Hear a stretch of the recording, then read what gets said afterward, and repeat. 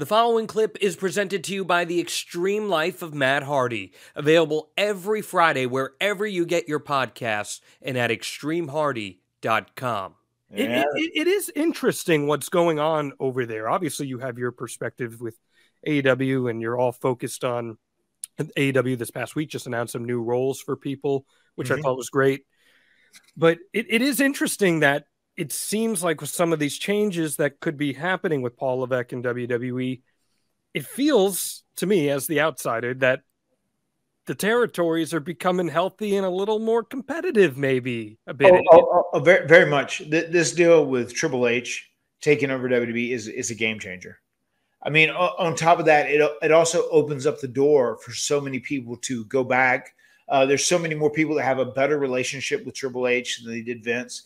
Triple H, I've already spoken to people that are there.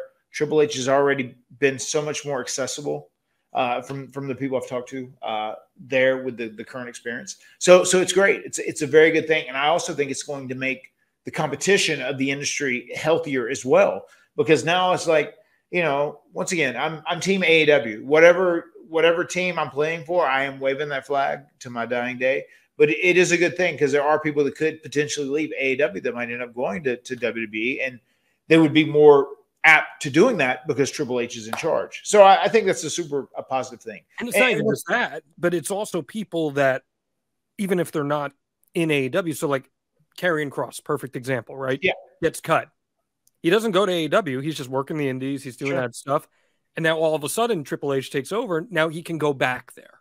That's Dakota Kai too, right? Dakota Kai, perfect example. So Dexter Lumis. Yes. So, and because listen, AEW's got a bloated roster, and I don't mean that in a negative way. AEW's just got a lot of talent. So it's got a big roster. I mean, and that was by design, you know, to have plenty of people that you could cycle off each week. Dynamite looks different, and also we're building a Ring of Honor roster as well. So that's definitely intentional, but it is a positive thing. And another huge positive to Triple H running WWE now is like Vince. It is what it is, but his views and his mindset about pro wrestling were a little bit antiquated, and that's no slant on him or, you know, me not trash talking him. It's just because he's an older guy. I mean, as we get older, it is definitely much harder to keep up with what is new and what is trendy, and like have your finger on the pulse of pro wrestling. Yeah. And Triple H is much more tuned in to 2022 pro wrestling, much like Tony Khan is. So I think now you have two guys who really have their fingers on the pulse of pro wrestling.